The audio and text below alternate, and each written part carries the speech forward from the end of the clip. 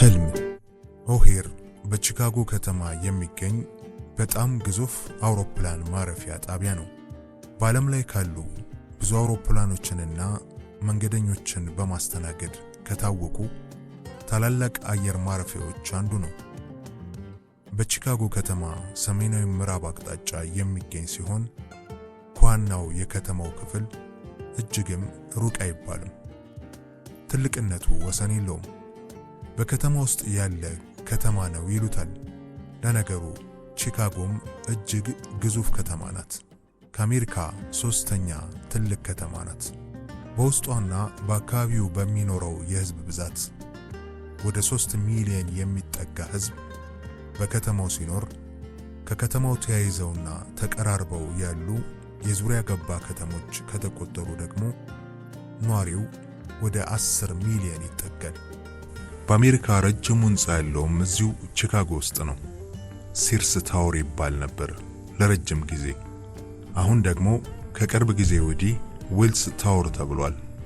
ጫፉ ላይ ሲወጣ በቺካጎ ዙሪያ ያሉ 3 ግዛቶች ድረስ ዘልቆ ያሳያል። ፀሐያማ ብራ ቀን ከሆነ፣ ማታ ላይ ከሆነ ደግሞ የተንጣለለውን የከተማይቱን ስፋት መሬቱ ላይ የፈሰሰ የብርሃን ቆሎ በሚመስለው የከተማይቱ መብራት ላይን እስኪታክት ማየት ይቻላል። አንጋጠው ቢያዩት አንገት የሚቀነጥሱት ረጃጅም ሰማይ ጠቀስ ህንጻዎች እንደ ጅብራ ተገትረው ለከተማይቱ ግርማ ሞገስ አላብሰዋታል። ቺካጎ ከትልቅነቷ ባሻገር ጽዱና ውብም ናት። በአረንጓዴ የአትክልት ስፍራና ጫካ የተሞላች በሚችጋን ሐይቅ የተከበበች ከተማ። ቻይና ሰፈር፣ ግሪክ ሰፈር ምናምን እየተባለ ደግሞ ሁሉን ባህል የሚያስተናግዱ የከተማ ክፍሎች አሉ። የጥቁሩም ቁጥር ከብዙ ከተማዎች ይልቅ ይበዛል። ከሶስቱ አንዱ የከተማዋ ነዋሪ ጥቁር አሜሪካዊ ነው። ደህንነት ባጠብቀው የደቡቡ የከተማዋ ክፍል ነው የጥቁሮቹ መኖሪያ። የመጀመሪያው ጥቁር የአሜሪካ ፕሬዝዳንት ኦባማም ሃዋይ በተባለችው ምድረገነት ምዕራባዊ የአሜሪካ ግዛት ቢወለዱም ከዚቹ ከተማ ነው ለመመረጥ የበቁት። እኒህ ሰው የሃርቫርድ ምሩቅ ጠበቃ የህግ አስተማሪ ነበሩ እዚች ከተማ ውስጥ። ከዚያም የግዛቲቱ ሴናተር ሆነው ጥቂት ከቆዩ በኋላ ነው የህግ መወሰኛ ምክር ቤት አባል በመሆን ወደ ዋሽንግተን ዲሲ የተላኩት። 2 ዓመት ሳይሞላቸው ደግሞ የአገሪቱ መሪ ለመሆን በቁ። በደቡባዊ አሜሪካ ግዛቶች ተንሰራፍቶ የነበረው አስከፊ የባርነት ኑሮ በሚሊዮን የሚቆጠሩ ጥቁሮችን ህይወት ያጨለመ ነበር። ይህም በህግ በ1860 እንደ አውሮፓውያኖቹ አቆጣጠር በመታገዱ በአገሪቱ ታሪክ ታይቶ የማይታወቀው የእርስ በርስ ጦርነት ተቀሰቀሰ። በዚህ ጊዜ የአገሪቱ መሪ የነበሩት አብርሃም ሊንከን ይህችው ከተማ ካለችበት ግዛት ነው የበቀሉት። ዓለም ሁሉ አንቱ ብሎ የሚማልላት የቴሌቪዥን ንግሥት ኦፕራ ዊንፍሬም ስራዋ እየተዘጋጀ የሚሰራጨው ከዚሁ ከቺካጎ ነው። የሙዚየሙ የኮሌጁና የመዝናኛው ብዛትም ልክ የለውም። ያላገቡና በጣም የተማሩ ወጣቶች ይበዛሉ ይባላል እዚህ ከተማ። ቺካጎ ነፋሻዋ ከተማ በክረምት በረዶዋና ብርዷ እንጂ ምን እንከን ይወጣላታል። ከተማው ተለቀና አበሻውም ተሰበጣጥሮ ስለሚኖር እምብዛም አይታይም እንጂ ቁጥሩ ትንሽ አይደለም። አበሻም የሚበዛባቸው ሰፈሮችና የመኖሪያ ህንጻዎች እንደ ሌሎች የአሜሪካ ከተሞች ሁሉ እዚህም አሉ። በሰፈሮቹ የአበሻ ምግብ ቤት፣ በህንጻዎች ውስጥም የእንጀራ በወጥ ሽታ አይጠፋም። ተሳክቶላቸው በከፍተኛ ሙያ አሊያም የራሳቸውን ንግድ የሚመሩ ኑሮ የቀናቸው አበሾች ቁጥርም ቀላል አይደለም እዚህ ቺካጎ ውስጥ። ሆኖም ግን ወንዱ ታክሲና ፓርኪንግ፣ ሴቱም ሱቅና ፋብሪካ ተቀጥሮ የሚሰራ ነው የሚበዛው። እዚህ ሀገር ምን ተሰራለህ ከሚለው ይልቅ ተሰራለህ ወይ የሚለው ነው ትልቁ ጥያቄ። የሚያሳፍረውና የሚያስከፋው አለመስራት ብቻ ነው። ምንም ይስራ ምን፣ ሁሉም እንዳቅሙ ባይደላውም ሳይከፋው መኖር ይችላል። ደግሞ እንደማንኛውም የመጀመሪያው ትውልድ ተሰዳጅ ኑሮን ለማቅናት ደፋ ቀና ሲሉ እድሜ መሸሹም አይቀር ነው። ሳይማሩ እንግሊዘኛውንም በቅጡ ሳይለምዱ ከባህሉም ጋር ሳይዋሃዱ ብዙ አበሾች እድሜያቸውን ያገባድዳሉ። ልጅና ቤተሰብ ያለው ደግሞ አገር ለምዶ ቤተሰቡንም ቦታ እስኪያስይዝ ሲማስን እድሜና እድል ተሙለጭልጮ ያመልጠዋል። ከዚያም ብዙ ሰው ለአገሩ ብቻ ሳይሆን ለልጆቹም ባዕድ ይሆናል። በአየር ማረፊያው ግድግዳ ላይ የተሰቀለው ቴሌቪዥን መሳይ ሰሌዳም አውሮፕላኑ እንዳረፈ ያሳያል። ሰሎሜን ሊቀበላት የመጣው ሕያው ሲሆን ጓደኛው ክብሮም አብሮት አለ። ሕያውና ክብሮም አብረው ነው የሕክምና ትምህርት የተማሩት። ክብሮም አሁን በኩላሊት ሕክምና ዘርፍ እየሰለጠነ ነው። ወላጆቹ ኤርትራውያን ሲሆኑ ደርግ ወድቆ በአመቱ ነው መጀመሪያ ወደ ስዊድን ከዚያም በ3ኛው ዓመት ወደ አሜሪካ የመጡት። አባቱ ከሞቱ በኋላ ብዙም ሳይቆይ ነው የክብሮም እናት ሁለቱም ልጆቻቸው ቦታ ስለያዙላቸው በእድሜ የገፉ ወላጆቻቸውን ለመጦር ወደ ሀገር ቤት የተመለሱት። የክብሮምና የነህያው አባቶች ዩኒቨርሲቲ ለመጀመሪያ ዲግሪያቸው ሲማሩ ጀምሮ ወዳጆች ናቸው። በእናታቸው ኤርትራዊት የሆኑት ወይዘሮ ሕይወት ከክብሮም እናት ጋር አብሮ አደጎችም ናቸው። አባታቸው ደግሞ የአዲግራት ሰው ናቸው። የወይዘሮ ሕይወት እናት እነ ሰሎሜ ገና ሕፃን ሳሉ ነው የሞቱት። አባታቸው ግን ከሚስታቸው ቀደም ብለው ተፋተው ስለነበረ ያለፈውን 40 ዓመት አካባቢ መቀሌ ነው የኖሩት። ወይዘሮ ሕይወት ደግሞ ያደጉት ከእናታቸው ጋር አዲስ አበባ ስለነበረ ከአባታቸው ጋር እስከ ቅርብ ጊዜ ድረስ እምብዛም አይቀራረቡም። ባለፉት 15 እና 20 ዓመት ውስጥ ግን ቀስ በቀስ ቅርባቸው ጨምሯል። ሰሎሜም ወንድ ሀያቷን መቀሌ ሄዶ የመጠየቅ ሐሳቧ አልተሳካላትም እንጂ ሁሌም ነው የምትናፍቀው። ከሷ ብዙም በእድሜ የማይበልጡ አጎትና አክስቶችም አሏት። ክብሮም ሁልጊዜ እናቱ አሜሪካ መጥተው እንዲኖሩ ይፈልጋል። እሳቸው ግን በጀም አላሉት። አግብተህ ስትወልድ ብቻ ነው ልጆችህን ለማሳደግ የምመጣው ብለው አጣብቂኝ ውስጥ አስገብተውታል። ክብሮም በባህሪው ገንዘብ ቆጣቢ ቢሆንም መዝናናትና መጓዝ ይወዳል። በጣም ጠንካራ ሰራተኛ ነው። ጥሩ ጓደኛና ለወደደው ሰው ሟች ነው። መልክና ቁመናው ወንዳ ወንድ የሚባለው አይነት ሲሆን ብዙ ሴቶች በቀላሉ ይወዱታል። እልህኛና ተከራካሪ ቢሆንም በቀና ልቦናውና የዋህነቱ ብዙ ሰው ተቀይመው ማይቀየመው። ቂም የሚባል የሚይዝ ልብ የለውም። የሚፈልገውን ነገር ለማግኘት ግን የማይቆፍረው ጉድጓድና የማይወጣው ተራራ የለም። ይህም አንዳንዴ ራስ ወዳድ ሳያደርገውና ሳያስመስለው አልቀረም። ከህያው ጋር በጣም የልብ ወዳጆች ናቸው። ክብሮም ላለፉት 10 ዓመታት ደግሞ በሰሎሜ ፍቅር ተነድፎ ይሰቃያል። ወደ ኢትዮጵያ ለመኖር ስትመለስ ሰማይ ምድሩ ዞሮበት ነበረ። ሰሎሜ ከልቧ ቢያሳዝናትም ቅሉ ከወንድምነት የዘለለ ስሜት ለርሱ ኖሯት አያውቅም። ወደ መሄጃዋ ጊዜ እንባው የተዝረበረበ ያለቀሰ ለርሷ ያለውን ፍቅር ሲነግራት እሺ ልትለው ምንም አልቀራትም ነበር። በአንድ በኩል በጣም ጥሩ ሰው መሆኑ፣ በሌላ በኩልም የህያው ጓደኛና የቤተሰቡ ቤተኛ መሆኑ ቢያስጨንቃትም ፈጽሞ ስለሱ ማሰብ እንደሌለባት ቆረጠች። ከሰሎሜ ፍቅር እንደያዘው ህያውም ወላጆቿም ቢያውቁም ሁሉም አውቀው እንዳላወቁ ነው የሚሆኑት። ሶለን ብቻ ነው ብዙም ለክብሮም ግድ የሌለው። ለሰሎሜም ስለ ክብሮም ያለውን አመለካከትና የሚሰማውን በግልጽ ነግሯታል። ሶለን አእምሮ ውስጥ ያለውን ሳይቀንስና ሳይጨምር የሚናገር ሰው ነው። እንዲያውም አንድ ጊዜ ክብሮም ጥሩ ሰው ነው፣ ላንቺ ግን ባል አይሆንሽም ብሎ አፍ አውጥቶ ነግሯታል።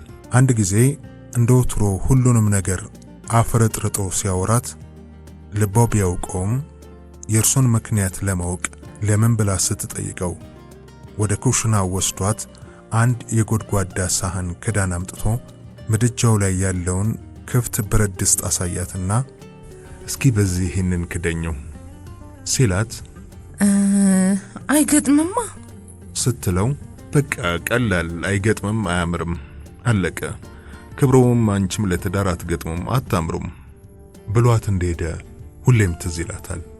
ይሄ ለውሳኔዋ ትልቅ አስተዋጽኦ ነበረው። ሰሎሜ የፍተሻ ክፍሉን ጣጣ ጨርሳ ሻንጧን እየገፋች ሰው ሁሉ ቤተ ዘመድ ወዳጁን ከሚጠብቅበት ቦታ ደረሰች።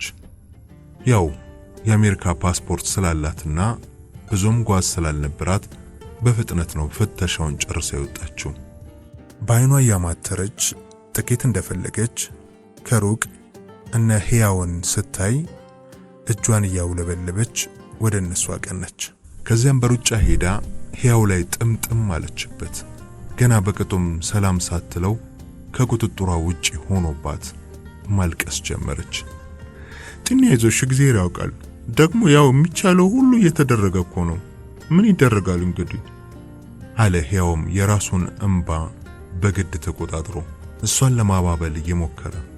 ከዚያም ከጥቂት ደቂቃ በኋላ ነገሩ ረገብ ሲል እንደምንም ብላ ወደ ክብሮም ዞራ ክብርሽ እንዴት ነህ? እንዴት አለ? አለች። ልቅሶውን ተቆጣጥራ በግድ ፈገግ ለማለት እየሞከረች እርሱም ጥቂት የማበረታቻ ቃላትን ለመናገር እየሞከረ ተቃቅፈው ሰላም ተባባሉ። ገና ሲያያት ውስጡ ተዳፍኖ የቆየው የመውደድ ስሜት አገረሸበት።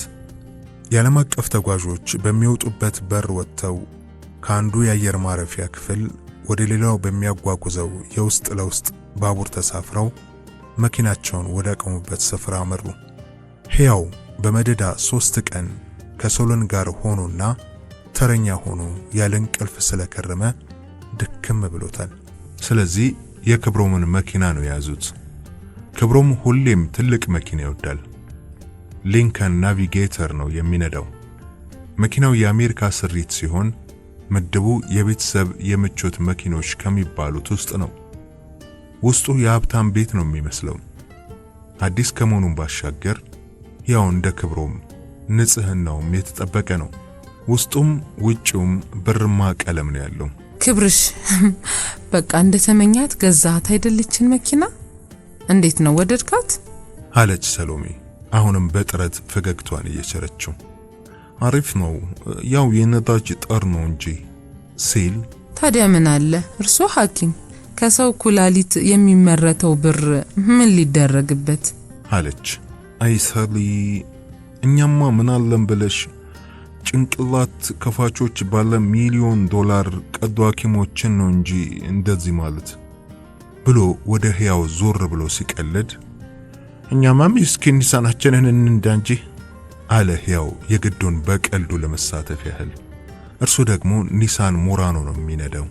የቅንጦት ተብሎ ባይፈረጅም የደሃ መኪና ሊባል የሚችል ግን አይደለም። ምቹና ፍጥነት ያለው ጥሩ መኪና ነው።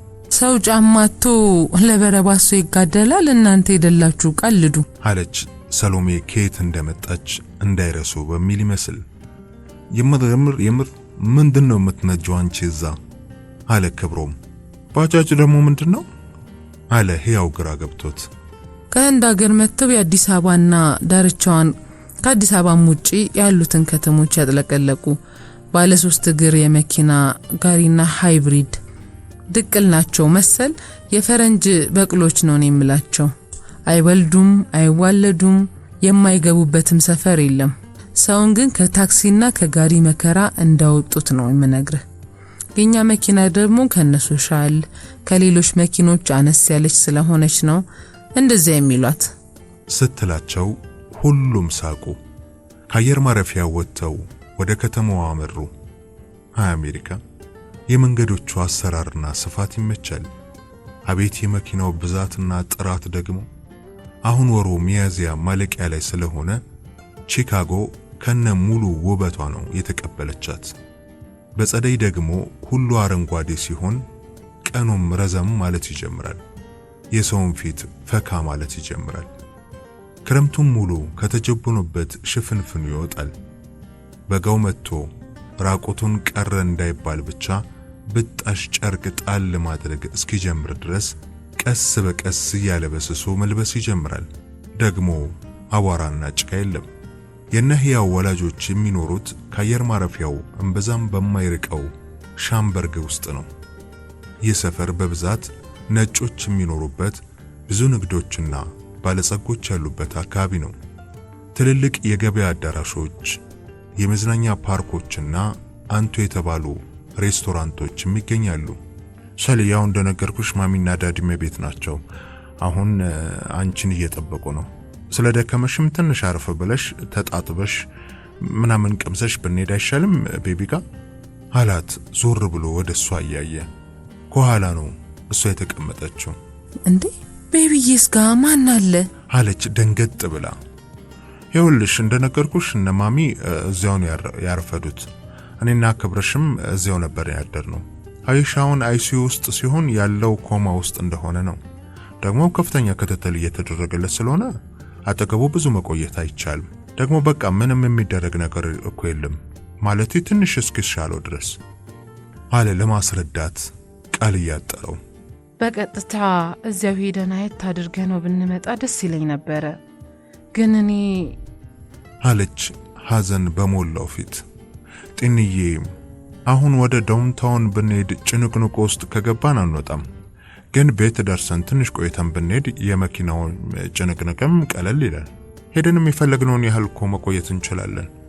ግዴለሽም እመኝን አለ ሕያው ድካሙን ለመደበቅ እየሞከረ። ስታየው አሳዘናትና ወላጆቿንም የማግኘቷ ናፍቆት ስላየለባት የግዷን እሺ አንተ ካልክ በቃ ዝም ብለን መጀመሪያ ወደ ቤት እንሂድ። ግን ቆይ ትላንትና በስልክ ያልከኝ ነገር ምንም አልገባኝም። እንዴ ማንና ለምን ይህን እንዳደረገ ምንም የታወቀ ነገር የለም? ፖሊሶቹስ በደም ልታናግሯቸው ሞክራችኋል?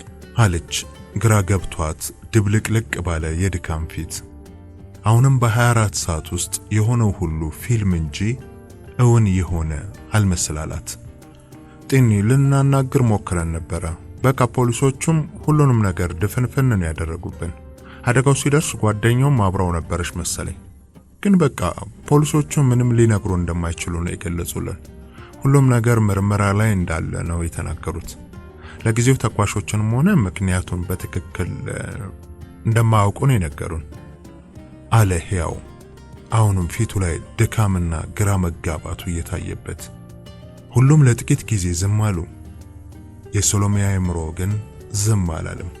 ብዙ ጥያቄ ቢኖራትም መልሱ ግን ከሷም ከነህያውም እጅግ የራቀ እንደሆነ አውቃለች። ሐሳቧ ደግሞ ፈጽሞ አንድ ቦታ አላረፈም። አንዴ ኢትዮጵያ፣ አንዴ አሜሪካ ዥዋዥዌ ይጫወታል። ሶስናና ብርቄ፣ መላኩና አያቷ ሁሉም በፍጥነት በልቧና በፊቷ አለፉ። ስራም ገና ምንም ሳትነግራቸው ነው የመጣችው። ያክስቷ ባል ነው ኃላፊነቱን የወሰደው ካለቃዋ ጋር ስለሚተዋወቁ። ደግሞ ወደ አሜሪካ ተመለሰች። ቺካጎ ብዙ ትዝታ አላት። የምታየው ሕንጻና ጎዳና ሁሉ የተለያዩ ትውስታዎችን መቀስቀሱ አልቀረም። ከአውራ ጎዳና ወጥተው ጎልፍ ሮድ የሚባለውን የታወቀ ረዥም የከተማ ውስጥ መንገድ ይዘው ትንሽ ከሄዱ በኋላ ወደ እነሱ ሰፈር የሚወስደውን ዋና መንገድ ላይ ታጠፉ። ወደ ሰፈር አካባቢ ሲቀርቡ ድብልቅልቅ ያለው ስሜቷ የባሰ ውስጧን አተራመሰው። ወደ ኢትዮጵያ ስትሄድ ሶለን ነበር መኪናውን ይነዳ የነበረው። ሌሎቹ ሲያለቅሱና ሲቆዝሙ፣ እሱ ግን ልቡ ቢያዝንም የባጥ የቆጡን እየቀባጠረ ሲያስቃቸው ነበር። አየር ማረፊያው የደረሱት ተጫዎች እንጂ ሰሊ አለ ክብሮም የወደቀባቸውን የዝምታ ድባብ ለመክፈፍ። እሺ አይገርም? በጣም ብዙ ነገር እኮ ነው ትዝ ያለኝ። ወይ ጉድ ወይ ሻምበርክ አለች ሾላ በደፈኑ ዝምታው እንዲሰበር መፈለጓን ብቻ በሚያሳይ ሁኔታ። ብዙ ነገር የሞላው አእምሯ አንድ ነገር አውጥቶ መናገር አይሆንለትም። በተለይ ስሜትን ያዘሉ ሐሳቦች ከሆኑ ብዙ ከተጣጠፉ በኋላ በመጨረሻ ቤታቸውን ከሩቅ አየችው። አሜሪካ ሁሉ ክፍትፍት ያለ ነው። አጥር እምብዛም የለም፣ ቢኖርም ከጉልበት አይዘልም። ስለዚህ ክፍትፍት ማለቱን አካባቢን ከማሳመሩም በላይ መተማመንን ያደፋፍራል። ሰሎሜ ሁልጊዜ የሚገርማት ነገር የኛ ሀገር አጥር ጉዳይ ነው። አንድ ጊዜ መላኩ እንዲህ ብሎ አስቋት ነበር። በቴሌ መድኃኔዓለም አካባቢ ውስጡን ሲያልፉ ድንገት አቁሞ መኪናውን ሰሊ ያንን ትልቁን ቤት ሲላት፣ እሺ ምን ሆነ በጣም ያምራል አይደል ስትለው፣ ሌላስ ምን ይታይሻል ሲላት በቃ አጠገቡ ሌላ ቤቶች ሰዎች አለችው። በህዋነት ቀበል አርጎም ሰማዩስ አይታይሽም አላት እየሳቀ። አትሟዘዝ፣ ምን ለማለት ፈልገህ ነው? እንደዚህ አይነት ቤት ነው መስራት የምትፈልገው አለችው። ኧረ በፍጹም፣ እስኪ አጥሩን ይው፣ ረዝማኔው፣ የግንቡን አጥር ከላዩ ላይ ይታይሻል ያለው ባለሾ ተናዳፊ ጥምዝ ኤሌክትሪክ ሽቦ፣ ይህ በር ላይ የተቀመጡትን ዘበኛ፣ በግንቡ አጥር ዙሪያ የተተከለው አበባ እንዳይመስልሽ ደግሞ ወይ ኮሽም ወይ ቆንጥር እኮ ነው። የውጭ በሩ ላይ የቤት ቁጥር መሰለሽ እንዴት ጻፈው? የምሬን እኮ ነው። እዚህ ቤት አደገኛ ውሻ አለ የሚል ማስፈራሪያ ነው። ምን አለበኝ በቅርቡ ባለቤቱ ከዱባይ ሲመለሱ ምርጥ የሴኩሪቲ ካሜራም ይዘው መጥቶ ያስገጥሙለታል ሲል ሆዷን ይዛ ነበር የሳቀችው። እስኪ ደግሞ ይው መንገዱን ሰፈሩን እንዴት እንደሚያስቀይም፣ አቧራው፣ በክረምት ደግሞ ጭቃው። የሰውየው ግቢ አስፋልት ብቻ እንዳይመስልሽ እምነ በረድ ሁሉ ሊሆን ይችላል የተነጠፈበት። ይሄ የሀብታም ቤት እንዳይመስልሽ ከራሱ በላይ የማያስብ ስስታም ፈሪ ድብቅና ዝግ የሆነ ደሃ አእምሮ የፈጠረው የእጅ ሥራ ነው። ሰው እኮ አእምሮውን ነው የሚደግመው በየሄደበት። ኪሱን ያንን ለመፈጸም አቅም ነው የሚሰጠው ያላት ትዝ አላት። እለፍ ብለው እንደሄዱ ካጥር ስር ተጠግተው በላስቲክ መጠለያ ውስጥ ያሉትን የደሃ መኖሪያዎችን እያሳያት፣ እነዚያም ቢያንስ ሌላው ከሰራው አጥር ጠጋ ብለው ይኖራሉ። እነሱስ ምን አይነት ቤት የሚሰሩ ይመስልሻል? ብሩ ቢኖራቸው። አጥሩን በተመለከተ ከቅድሙ ባለ ገንዘብ ጋር ልዩነታቸው ኪሳቸው ላይ ነው። እዚህም ሰፈር ጠጋ ብለሽ ብታይ አጥር አለ፣ የተኮለኮለ ድንጋይና የላስቲክ አጥር። አይተሽ የለ ፈረንጅ ሀገር ሁሉም ቦታም ባይሆን በአብዛኛው ግን አጥር ላይ ብዙ ትኩረት አይደረግም። በእርግጥ አሁን ከቴክኖሎጂ እድገት ጋር የማይታይ የኤሌክትሮኒክስና የካሜራ አጥር አለ። የኛ አጥር ግን ከትርጉምና ከጥቅም ከጥበቃም በላይ ድብቅነታችንና አለመተማመናችንን የሚያጎላ ይመስለኛል። ተሳስቼ ይሆናል ነበር ያላት።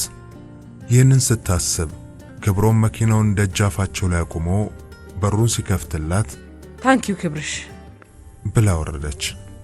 ቤት ገብተው ሰላምታ ተለዋውጠው ምሳ ተበልቶ ቡና እየተጠጣ ትንሽ ተጨዋወቱ። ቤት ውስጥ ያጠላውን የሐዘን ድባብ የሰሎሜ መምጣት በከፊል የቀረፈው ይመስላል። ቤተሰቡ በአጠቃላይ መተቃቀፍ ይወዳል። ሰሎሜም አንዴ እናቷ ላይ አንዴ አባቷ ላይ እየተለጠፈች ናፍቆቷን ለመወጣት ሞከረች። ከዚያም የሶሎንን ፎቶ አንስታ እሱም ላይ ልጥፍ ብላ ማልቀስ ጀመረች። እንደምንም ሊያባብሏት ቢሞክሩም ነገሩ ለነሱም አዲስ ቁስል ነውና አልቻሉም። ከዚያም ሕያው ወደ ላይኛው ክፍል ይዟት ወጥቶ ትንሽ እንድታርፍና ሶለንጋ ለመሄድ እንድትዘጋጃጅ አበረታታት። ዕቃዋን መኝታ ክፍሏ አስገብቶላት እርሱ ወደ ታች ወረደ። መኝታ ክፍሏ ዛሬም እርሷ ትታው እንደሄደች ነው። እናቷ እርሷ ስትናፍቃቸው አልጋዋ ላይ ጋደም ይላሉ። አባቷም መጥተው ፎቶዎቿን አንስተው ሳም እያደረጉ አልጋዋ ላይ ቁጭ ብለው ያስባሉ። ሁሉም ነገር ነጭ ነው። መስኮቱ ደግሞ ሲከፈት ከባሻገር ጫካ ወዳለው ሰፊ ሜዳ ነው የሚያሳየው። የልብስ መደርደሪያውን ስትከፍተው ሁሉም ነገር እርሷ እንደተወችው ስለነበር ገርሟታል። ከዚያም ፎጣና ቀለል ያሉ ልብሶችን ይዛ ወደ መታጠቢያ ቤት ሄደች። ፊቷን በመስታወቱ ስታየው ድካሙ፣ ድንጋጤውና እንቅልፍ ማጣቱ ሁሉ ተደራርቦ የዓይኗን ዙሪያና ጠቅላላ መልኳን ጠቆር አድርጎታል። ዓይኖቿ ድካሙ አሳንሷቸው አደፍረሷቸው የወትሮ ውበታቸው ደብዝዟል። ጸጉሯን በተና አድርጋ ወዲያ ወዲህ ስታደርገው እሱም ጉስቁልናውን አሳበቀ። ከንፈሮቿ ቢደርቁም አሁንም እሸት ነው የሚመስሉት። ጥርሶቿን ፈልቀቅ ስታደርጋቸው እኛ ብቻ ነን ያልደከመን በሚል ይመስል ፊቷን ፈካ አደረጉት። ዘለግ ያለ ቁመቷና ቀጠን ያለው ሰውነቷ የበለጠ ረጅም ያስመስሏታል። አጠያይሟ ደግሞ ያላትን መልክ ሁሉ እንዲያጎላ የተቀባችው ቀለም እንጂ የተፈጥሮ አይመስልም። ትንሽ ከተንጠራረሽ በኋላ ዞር ብላ የሻወሩን ውሃ ከፍታ ልብሶቿን ማውላለቅ ጀመረች። ረዘም ላለ ጊዜ ወደ ቅዝቃዜው በሚያደላ ለሰስ ብሎ በሞቀ ውሃ ውስጥ ቆይታ ስትወጣ ትንሽ ዘና አደረጋት። በመጀመሪያ ቀለል ያለ ልብስ ለብሳ መተኛት ብትሞክርም ሶለን ፊቷ ላይ የመጣ ስላስቸገራትና መተኛት ስላልቻለች ጂንስና ሹራብ ነገር ለብሳ ወደ ታች ወረደች። እኔ ምንም ማረፍ አልቻልኩም፣ እንሂድ ቤቢዬ ጋር እዚሁ አርፋለሁ አለች ሳሎን ተቀምጠው የሚያወሩትን ቤተሰቦቿን እየተቀላቀለች። በመጨረሻም ሕያው ስለደከመው እንዲተኛ ተወስኖ ክብሮም ሰሎሜን ከወላጆቿ ጋር ይዞ ወደ ሆስፒታል አመሩ። ሰሎሜና እናቷ ከኋላ ነው የተቀመጡት። አሁንም ላያቸው ላይ ልጥፍ ብላ እጃቸውን በእጇ ያፍተለተለች ወሬያቸውን ቀጥሏል። የሶሎንም ጉዳይ ገና ምንም ቁርጡ ያለየለት እንደሆነና የተኩሱ መንስኤውም በግልጽ እንዳልታወቀ ደግሞ ነገሯት። የሚያውቁት ነገር ቢኖር ማታ አንድ ፓርቲ ላይ አምሽቶ ሲመለስ በተፈጠረ ግጭት በተነሳው ተኩስ እንደቆሰለ ነው። የደም ምርመራውም ደም ውስጥ አልኮልና ኮካይን የተባለ አደንዛዥ እጽ እንዳሳየ ሲነግሯት በድንጋጤ እኔ አላምንም፣ የሆነ ሰው ሳያቅ ሰጥቶት መሆን አለበት። ወይኔ ቤቢዬ እሱ አያደርጉም፣ እኔ አላምንም አለች። አሁንም ክው እንዳለች እኛም ማመን ከብዶናል። ግን ደግሞ ይኸው ቤተክርስቲያን መሄድ ካቆመ ከዓመት በላይ ሆኖታል። ጠቅልሎ ነው እዚያው ሳውዝ ሳይድ ጥቁሮች የሚኖሩበት ደቡብ ቺካጎ ክፍል ነው የገባው። ትዝ ካለሽ እንጃ ከአንዲት ክልስ ጥቁር አሜሪካዊት ጋር ጓደኛ ሆኖ ነበር። የሆነ ጊዜማ አነጋገሩም አለባበሱም እንደነሱ መሆን ጀምሮ ነበር። ከኛም ጋር መግባባት እየተሳነው ሄዶ ነበር። በኋላ ደግሞ ሻል ያለው መስሎን ትንሽ አባትሽም እኔም እፎይ ብለን ነበር። ያው እንደምታውቂው አበሻው ደግሞ ጥቁሮች ብሎ ስለሚጠራቸው ከሰው ሁሉ ነው የሚጣላው። እናንተ ምን ሆናችሁ ነው እነሱን ጥቁሮች የምትሉት? እነሱ ባፈሰሱት ደም ላይ እኮ ነው እዚህ ተንደላቃችሁ የምትኖሩት ምናምን ማለት ጀምሮ ነበር። እንጃ ብቻ ፍልስፍናው ሁሉ ዝብረቅረቅ ብሎ ነበር አሉና ወይዘሮ ህይወት የሶሎንን ሁኔታ ለሶሎሜ መተረክ ቀጠሉ። አንድ ቀን እዚህ ቤት አድሮ ነበርና ከኪሱ ሲጋራ የወደቀ መሰለኝ። ዝም ብዬ ሳስበው ሌላም ነገር ውስጥ ሳይገባ አይቀርም። ባለፈው 2 ወር ደግሞ ከዚያች ከጓደኛው ጋር ተጣልቶ ይሆን እንጃ ዝም ብሎ ቁጣ ይለው ነበር። የዛሬ 3 ሳምንት አካባቢ እቤት መጥቶ ያደረ ጊዜ ጠዋት ቁርስ ላይ ከአባቱ ጋር ሲያወሩ ጨው ውሃ ልትቀዳ ወረደች እንዳሉት ሳልሆን አልቀረሁም መሰል አባብዬ ብሎ ያው እንደተለመደው ቀልዶ ነው የሄደው። አንዳች ያስጨነቀውና ተስፋ ያስቆረጠው ነገር እንዳለ ብናስብም ምንም ሊነግረን አልፈለገም። ከዚያ በቃ አላየነው፣ በስልክ ብቻ ነበር ያገኘነው። ከ3 ቀን በፊት ሰው አስተዋውቃችኋለሁ እማሚ አሪፍ ራት ካዘጋጀሽ ብቻ ነው ሲለኝ መጀመሪያ ቀልድ መስሎኝ ነበር። ከረጅም ጊዜ በኋላ ነበር እንደዚህ እየተፍለቀለቀ ሲያወራ የሰማሁት። ለእሁድ ማታ ራት ተቃጥረን አርብ ማታ ነው ይሄ የሆነው። ወይኔ ልጄ ምን አግኝቶት ይሆን? ሁሉም ነገር እኮ ሚስጥር ነው የሆነብን፣ ሚስጥር አሉ። እሳቸውም ሳስቡት እንባቸው በጉንጫቸው ላይ የፈሰሰ። ሰሎሜ በእጇ እንባቸውን ጠረገችላቸውና እጃቸውን ጭምቅ አድርጋ ያዘቻቸው። ክብሮም እዚሁ ኖርዝ ዌስተርን ሆስፒታል ሶሎሜ የተኛበት ስለሆነ የሚሰለጥነው ቤቱን አብጠርጥሮ ያውቋል። ለነገሩ የሰሎሜም እናት ከ8 ዓመት በፊት በልብ ክፍል ውስጥ ነርስ ሆነው ለ2 ዓመት ሰርተው ነበር። ወዲያው ሶሎሜ እተኛበት ክፍል ደረሱ። አሁንም ያው ኮማ ውስጥ ሆኖ ራሱን አያውቅም። ምንም አዲስ ነገር የለም።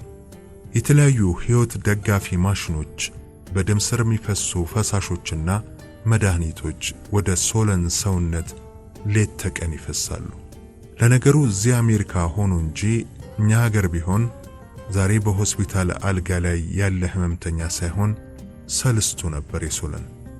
ፊቱ አባብጧል፣ ራሱን በፋሻ ተሸፋፍኗል። ሰሎሜ እጆቹን ይዛ ቆማ እንባዋ ይፈሳል። አሁን ኮማ ውስጥ ስለሆነ አይሰማም ቢባልም እሷ ግን ይሄንን አልተቀበለችም። ጠጋ ብላ ቤቢዬ የኔ ቆንጆ መጥቼ ይልሃለሁ፣ ጤኒ ነኝ፣ አይዞክ፣ ሁላችንም እንወድሃለን፣ በርታ፣ መሸነፍ የለ፣ እግዚአብሔርም አለ ካጠገብ። ቤቢሹ I love you very very much ብላ እጁን ሳም አደረገችው። ምንም ምላሽ የለም። ሰሎሜም በዚህ ተስፋ አልቆረጠችም። እንደሰማት እርግጠኛ ነበረች። ትንሽ እዚያ ከቆዩ በኋላ የመምተኛ ቤተሰቦች ማረፊያ ክፍል ውስጥ ሄደው ከሶፋዎቹ ላይ ተቀመጡ።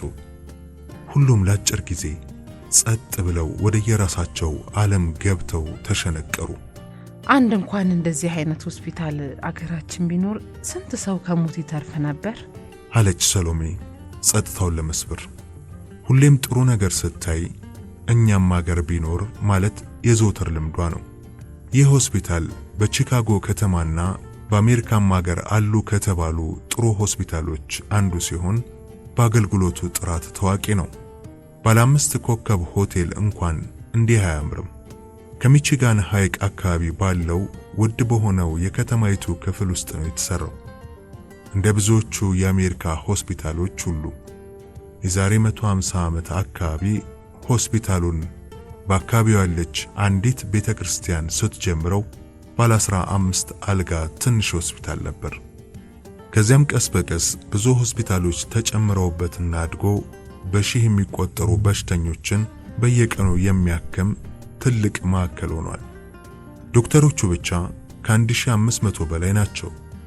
መስተንግዶው፣ ጽዳቱና ስፋቱ ሁሉ ሕይወትን ያድሳል። ዱላ ይዘው በሽተኛና አስተማሚ የሚያመናጭቁ ዘበኞች እዚህ የሉም። እንዲያውም አስተማሚና ዘመድ አረፈ ብሎ ከፈለገም ዘና ብሎ ማንበብ እንዲችል ተብሎ ሁለተኛና ሶስተኛ ፎቆቹ ለዚሁ ተግባር የተለቀቁ ናቸው። ዩኒቨርሲቲውም የሕክምና ትምህርት ቤታቱም እንዲሁ የታወቁ ናቸው። እስካሁን ብዙም ያላወሩት አቶ ኦላና ጎሮሯቸውን እንደመጠራረግ ብለው አይ ሰሊ የኔ ልጅ አንድ የዚህ አይነት እኮ ቢኖረን 100ም ሊኖረን ይችል ነበር። ይሄ ለብቻው ተነጥሎ ያለ ሀብት አይደለም። ይሄ ሀብታቸው የእውቀታቸው በዓመታት የተከማቸ ባህላቸውና ስለ ሰው ሕይወት ክቡርነት ያላቸው ጥልቅ ግምት ውጤት ነው። ይሄ ኑሯቸው ነው። ሁሉም ሕዝብ ኑሮውን የሚመስለው ነገር ነው መስራት የሚችለው አሉ። እሺ አሁን አረብ ሀገር ብትሄድ ዱባይና ሪያድ ምናልባትም ከዚህ የሚያስንቁ ሆስፒታሎች አሏቸው እና እነሱን ምን ልትል ነው? መቼም የነሱንም ኑሮና ባህል ውጤት ነው እንደማትለኝ እርግጠኛ ነኝ። እኔ ግን ድሃ ሁሌም አያምርበትም ባይ ነኝ። አሁን እስኪ ጥቁሮቹ ሰፈር ሂድ፣ አንድ የዚህ አይነት ሆስፒታል አለ። ያስ አሜሪካ አይደለም? ድሃ ከሆንክ የትም ብትሆን ድሃ ነህ። እኔ የሚገባኝ ያ ነው አለች ሰሎሜ የአባቷን ፍልስፍና ሙሉ ለሙሉ መቀበል ያቃታት። አቶ ኦላናም ትንሽ እንደማሰብ ጸጥ አሉና ጥሩ ሐሳብ ነው። በአጠቃላይ ደህንነት ማንነትሽን ያጋልጣል፣ ብልጽግና ደግሞ ገበናሽን የመሸፈን ባህሪ አለው። አረቦች ከነዳጅ በሚያገኙት ገንዘብ የፈለጉትን ሸቀጥ መግዛት ችለዋል። መንገዳቸውን፣ ሕንፃዎቻቸውን፣ የሚጠቀሙባቸው መኪኖችና አውሮፕላኖችን ሌላውንም ብታይ አንዱም እነሱ ያልፈጠሩትም አልሰሩትም ማለት ትችያለሽ። ሁሉም የአውሮፓውያንና አሜሪካውያን ፈጠራ፣ ምናልባትም በተወሰነ መጠን የእስያውያን ሥራ ነው። ቁልፉና ውስብስብ ሥራዎቻቸውን አሁንም ሰው ቀጥረው ነው የሚያሰሩት። የራሳቸው ስልጣኔ ስላልሆነ አሁን ብራቸው ቢያልቅ ከ10 ዓመት በኋላ ደህንነታቸው ከኛ ይብሳል። ምክንያቱም አግኝቶ ማጣት በጣም አስቀያሚ ስለሆነ። ስለዚህ ምንም ጥያቄ የለውም፣ ሀብት ቁልፍ ነው። የስልጣኔ ተጠቃሚ ለመሆን። ነገር ግን በምንም አይነት ሀብት ብቻውን ስልጡን አያደርግሽም። ስልጣኔ ግን ሀብታም ያደርግሻል። የእስያውያንና የአረቦቹን ልዩነት ተመልከቺ። ለምሳሌ ቀድሞ ጃፓን፣ ከዚያም እንደ ኮሪያ፣ ሲንጋፖር እና ሆንግ ኮንግ፣ አሁንም ደግሞ ቻይናን የመሳሰሉ ሀገሮች አስቀድመው ስልጣኔን የሙጥኝ ስላሉ በሚገርም ፍጥነት ሀብታም እየሆኑ ነው። አፍሪካውያን ግን እስካሁን እንደ እስያውያኑም የስልጣኔ ጎዳና አልገባን። ወይ ደግሞ እንደ አረቦቹ ቢያንስ ያለንን ሀብት ለመጠቀምና ከስልጣኔ ማዕድ ገዝተን መቋደስ አልቻለም። ለምሳሌ ናይጄሪያንና ዛይርን ብትመለከቺ ከኩዌትና ከሳውዲ ያላነሰ በተፈጥሮ ሀብት የበለጸጉ ቢሆንም የሀብታም ድሃ ናቸው ብለው አባቷ ረጅሙን ዲስኩራቸውን አቆሙ። የሚገርም ነው፣ እንደዚህ አይቼ አላውቅም ነበረ አለ ክብሮም ቢያንስ ድምፁን ለማሰማት ይመስል፣ ደግሞም በእውነት ተገርሞ። በጣም ጎበዝ ሐኪም ቢሆንም እንደዚህ አይነት ወሬዎች እምብዛም አይሆኑለትም። እሺ ታዲያ እንደኛ አይነቱ ድሃና ኋላ ቀር አገር ከየት ይጀምር ታዲያ? ወይስ ሁሌም በእርዳታና በብድር እንኖር? የበዩ ተመልካች መሆን እኮ ሰለቸን አለች ሰሎሜ።